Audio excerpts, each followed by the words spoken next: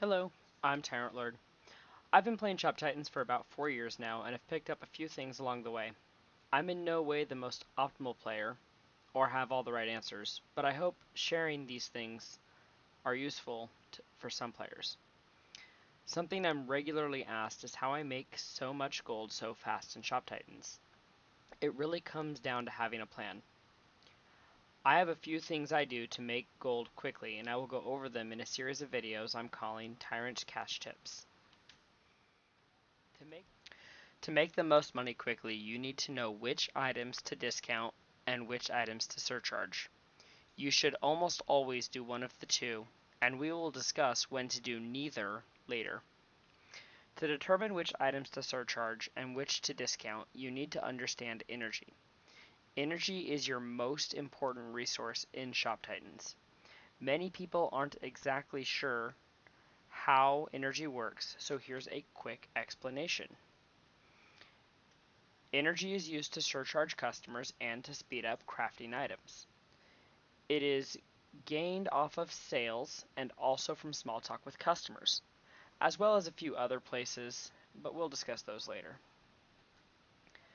Small talking mechanics are a little bit confusing, so let me break it down for you.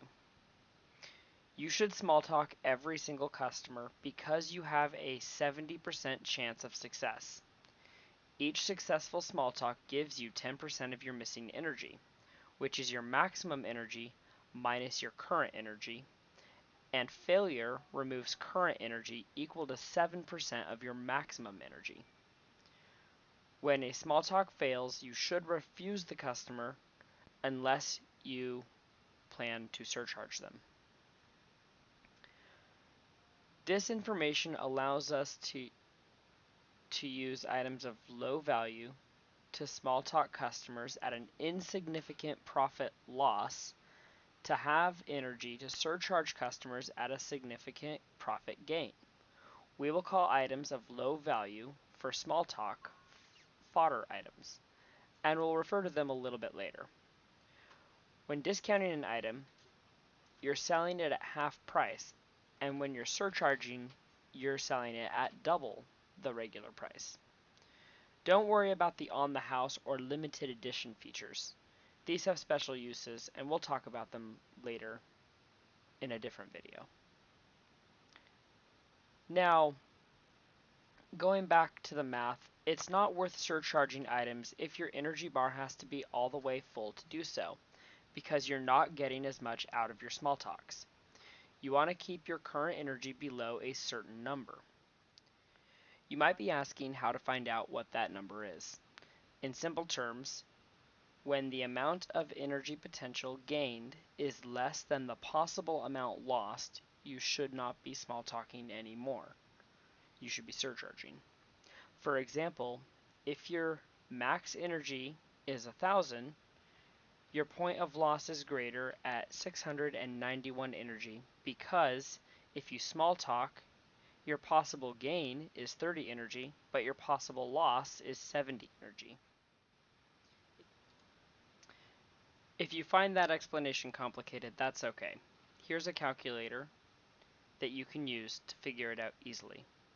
I'll also link it in the description below so that you can find your own personal energy limits. Now in this calculator, you'll see that I put my maximum energy right here and my current energy. It kind of cuts off here, but 2081. And it tells me what I want to keep my energy below.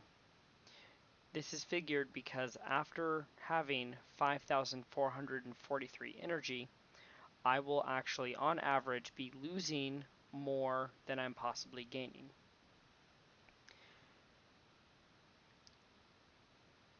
Just as a quick explanation for the calculator here, if I were to small talk right now, I would gain this amount on a success, I would lose this amount on a loss, and because of my chance of success being more likely than a loss, my expected gain is this, and my expected loss is this here. If all of that is too complicated, don't worry about it. Just trust that you stay below this number so that you're able to get the most optimal surcharging with the least amount of fodder used.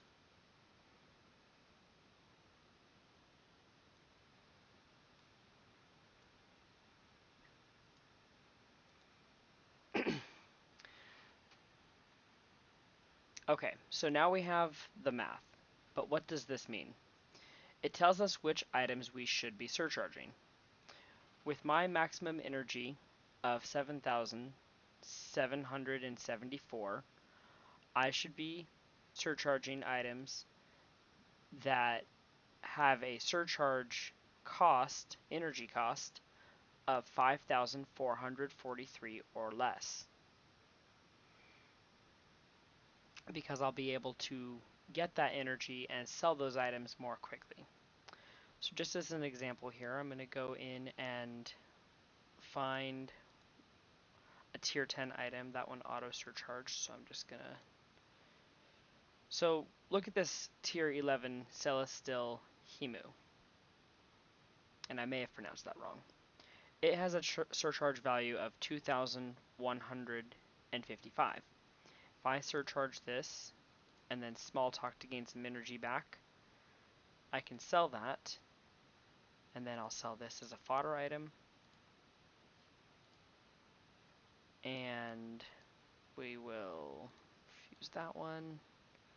We will switch that to fodder.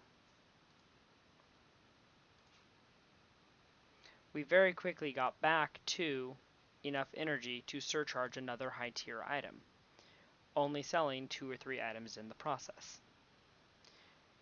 This allows me to get items out at a significant cost really quick.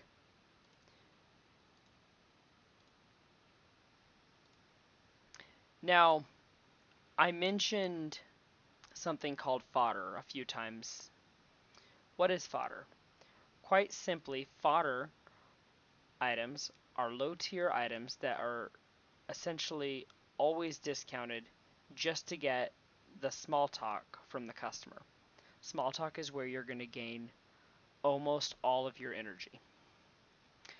So if we look real quick at my crafting bookmarks here, these 3 items, the shirt, the leather armor, and the iron arm guards, are always bookmarked for me. And that's because these items can be sold to every class of customer, at least one of these. So if I keep about 10 of these on my shelves at all times, I can go to any customer, I can go to the suggest screen, and I will have one of those items show up. This means that every customer will be useful as long as they have a successful small talk. So for example, small talk, and because it was successful and I can't surcharge, I'm going to suggest a leather armor to them. That way I lock in the small talk, gain the energy from it, and I'm able to then get another customer flowing in while I continue doing that for 2 or 3 items until I come across an item I am able to surcharge. And then I surcharge it, and even though I backfired, I'm gaining the maximum amount of money that I can off this without using limited edition because I want to save those for later. And then I'll go ahead and place the sell and easily make a large amount of money. Now,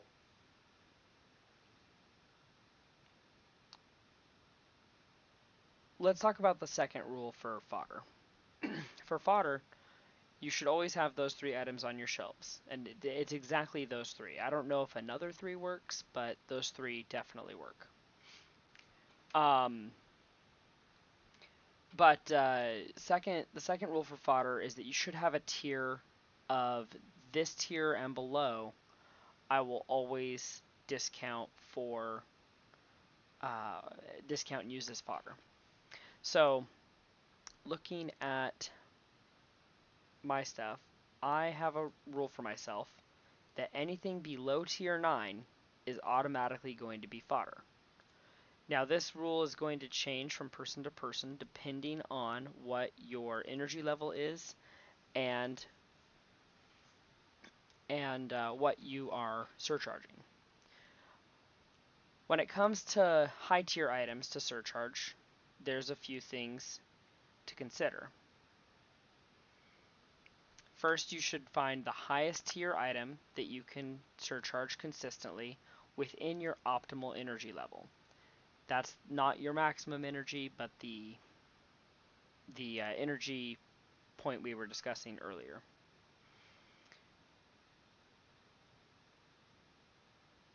Once you find that tier item, you should count back 2 tiers. So if you find that you're able to surcharge tier 9, then you should go 9, 8, and 7. Those are items you surcharge. And then everything 6 and below, you're going to use as fodder. That way you are getting a little bit of extra energy off those items and moving inventory off your shelf pretty quick. Just as an example here, I'm going to look at an item. I got this tier 6 Aura of Growth. It's going to cost me a little bit more to suggest it, but let's say the customer asked for it. I would then small talk, and then on the success, discount it for the extra 160 energy, and more quickly get myself up to an amount where I can surcharge another one of my tier 10, 11, or 12 items that I surcharge regularly.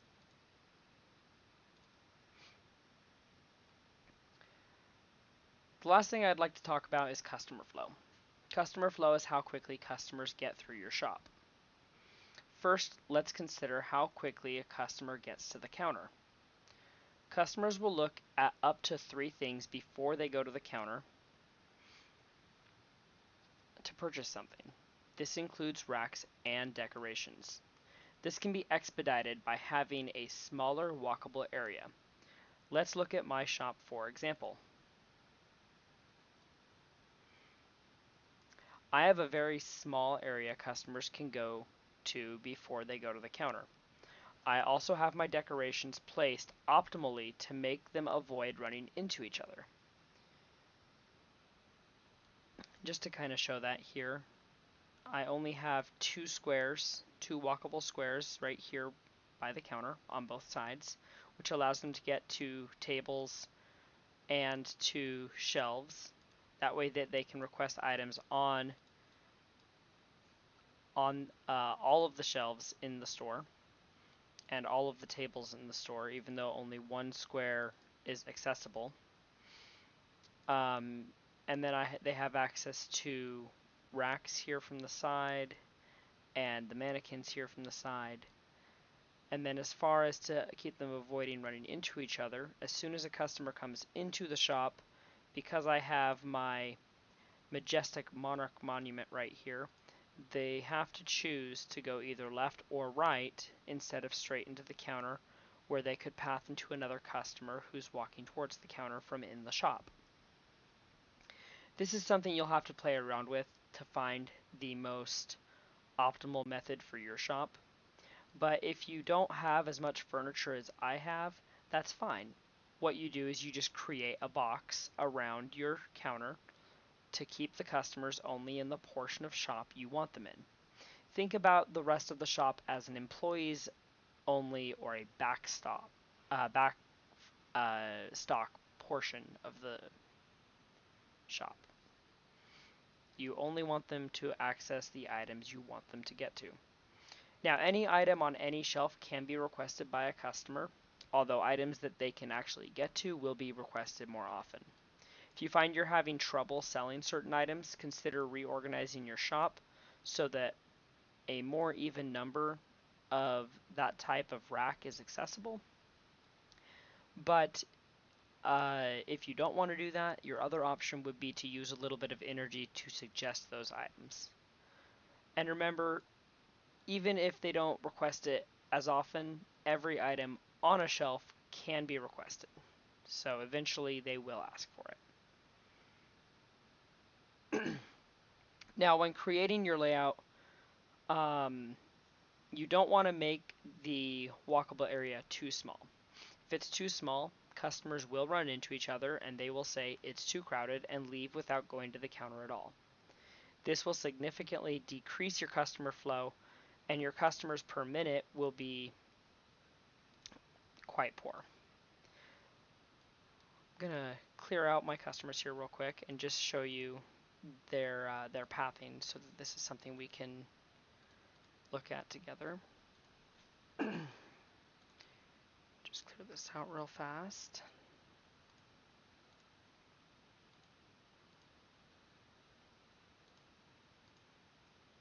Don't want to do that.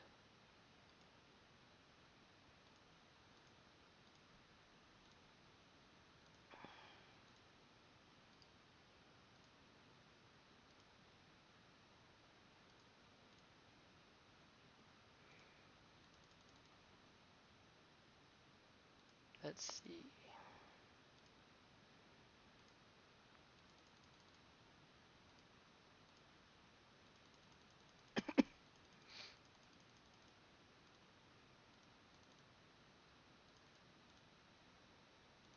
Okay, so we got this customer that just walked in, okay? So they're going to come over here and they're going to look at Iraq, and they went right to the counter. Awesome. Okay, this customer came in, they looked at one item, got a little bit of energy, they looked at Iraq. Okay, awesome. Straight to the counter. These ones are being particularly kind. They looked at an item, and then they're going to walk.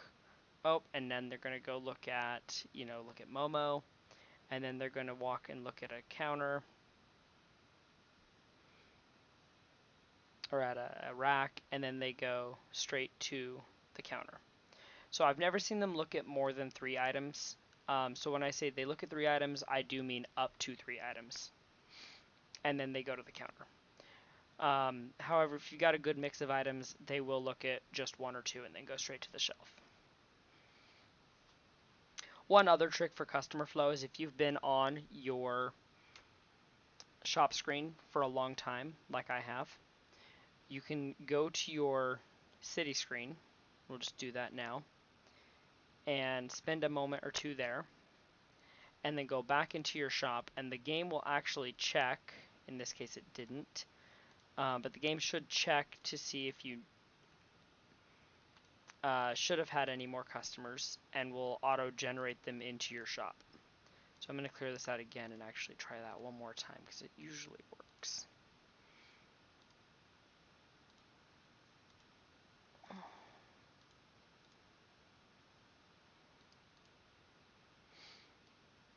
Okay, so there's nobody at the counter now. I'm going to go to the city.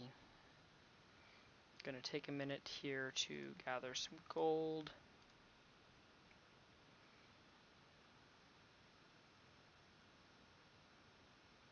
And then go back, and there we go. We got a whole bunch that popped in. I know they were in my shop just now, but if you try this and play with it, you'll find that you can quite often generate extra customers by going into your city and go from 0 customers to having 2 or 3 at your counter.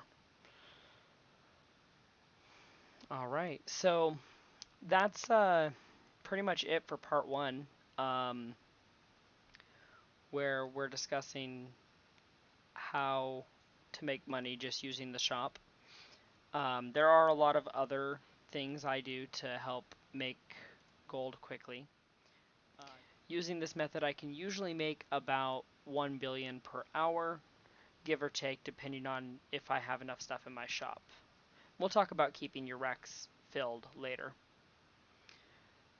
If you have any questions or if there's anything that you feel I was unclear on, let me know in the comments, leave me a like, and I will do my best to answer it in the next video.